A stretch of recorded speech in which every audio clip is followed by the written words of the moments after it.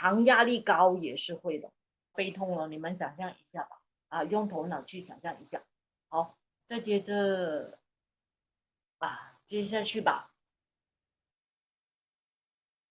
胃食管反流呢引起的症状总结呢，这个是从老师的那个脾胃的课程来的，有大肠哦，然后有